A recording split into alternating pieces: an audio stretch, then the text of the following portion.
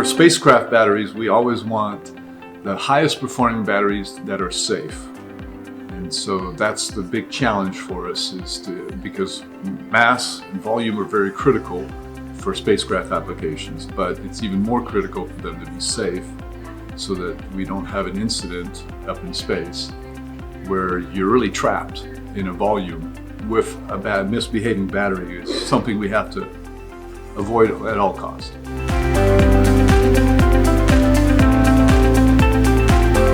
Well, it's a group of varied people, from the developers of the materials to developers of the cells to the users, all put together in one group to achieve a goal of eliminating fires from batteries, and to do it using an innovation that has a low barrier to entry for cell manufacturers, because you're working on the inner material, the current collector. So we're not messing with the electrochemistry in the cells, which has a high barrier to entry to get adopted. And so that's why I felt this is a way of achieving the safety that we need with a low barrier to getting adopted.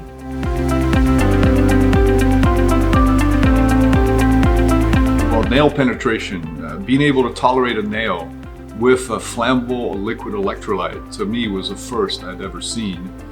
In a cylindrical 18650 format, was very novel. When we first did our first test, and we had good success, we had 5 out of 6 tolerate the nail with no thermal runaway.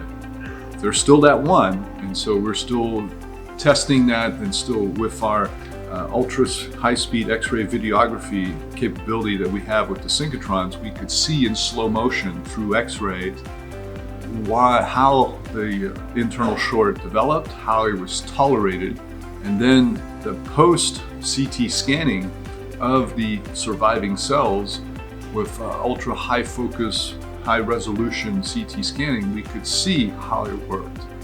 The current collector is vaporizing right at the interface of the nail and isolating the material that's being shorted away from the rest of the cell. And then that's how the cell is able to tolerate the nail with just a temporary blip in the open circuit voltage and then a recovery. And no large temperature rise, no thermal runaway. More and more adoption of this technology, the plastic current collectors in various cells.